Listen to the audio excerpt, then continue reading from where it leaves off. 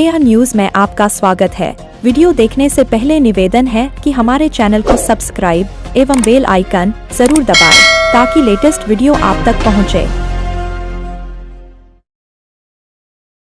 सभी दर्शकों को संजय शेखर का नमस्कार। मुझे जहां तक याद है साथियों की लगभग 20 साल पहले सोने की रेट लगभग 4000-5000 के बीच था।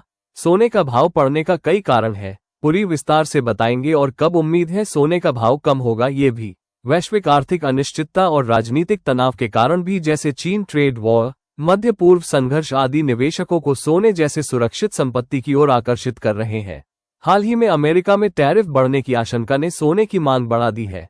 उच्च मुद्रास्फीति के समय सोना सुरक्षित निवेश विकल्प होता है और कमजोर रुपये के चलते सोने की कीमतें भारत में विशेष रूप से ऊंची होती हैं। कई देशों के केंद्रीय बैंक, विशेषकर भारत, चीन, रूस सोने के भंडार बढ़ा रहे हैं। ये भी कीमतों को बढ़ावा देता है। गोल्ड ETFs में निवेश का आकर्षण बढ़ रहा है, जैसे भारत में इनमें निवेश काफी बढ़ा है। उदाहरण, गुजरात में ETF आम में जनवरी-अप्रैल 2025 में 27% की वृद्धि। भारत में उत्सवों जैसे दिवाली, दशहरा और शादियों के समय सोने की मांग बढ़ जाती है, जिससे कीमतें बढ़ने का प्रचलन है। 2025 में सोना 1,02,155 रुपये प्रति 10 ग्राम तक पहुंच गया, जिसका कारण वैश्विक आर्थिक अस्थिरता, कमजोर अमेरिकी अर्थव्यवस्था और टैरिफ संबंधित तनाव रहे हैं। इतनी ऊंची कीमतों की वजह से भारत में सोने की खपत 2025 में 5 सालों के निचले स्तर पर आने की आशंका है। चाहे निवेश मांग बढ़ी हो, लेकिन आभूषण की मांग में गिरावट आई है। वैश्विक केंद्रीय बैंक, विशेष रूप से एशियाई और उभरते बाजारों के सोने में निरंतर खरीद कर रहे हैं। वर्ष 2024 में 1000 टन से अधिक सोना खरीदा गया। ये डॉलर पर निर्भरता कम करने और आर्थिक सुरक्षा बढ़ाने की रणनीति है।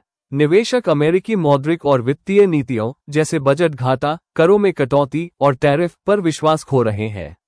ऐसे माहौल में सोने को सुरक्षित विकल्प माना जा रहा है। हाल ही में स्विट्जरलैंड से आयातित सोने पर टैरिफ की अफवाह और फिर पलट बयान ने बाजार में अस्थिरता पैदा की, जिससे सोना अस्थायी रूप से महंगा हुआ।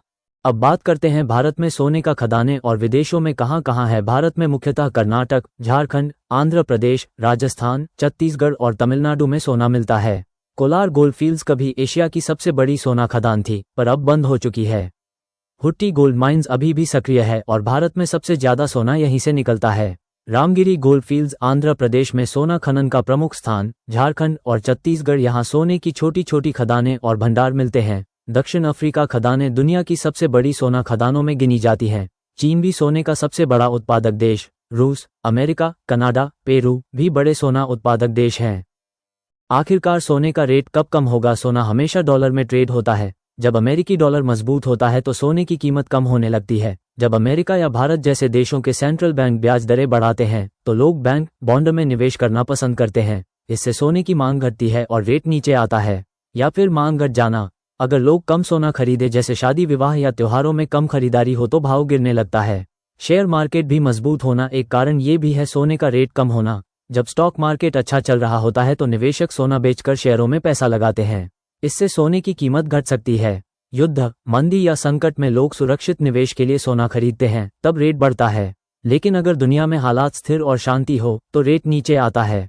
यानी साथियों, सोने का रेट तब घटेगा जब डॉलर मजबूत हो, ब्याज दरें बढ़ें, सोने की मांग कम हो और दुनिया में स्थिरता बनी रहे। तब सोने का रेट कम हो सकता है, लेकिन कब होगा ये भविष्य के गर्भ में छुपा हुआ है।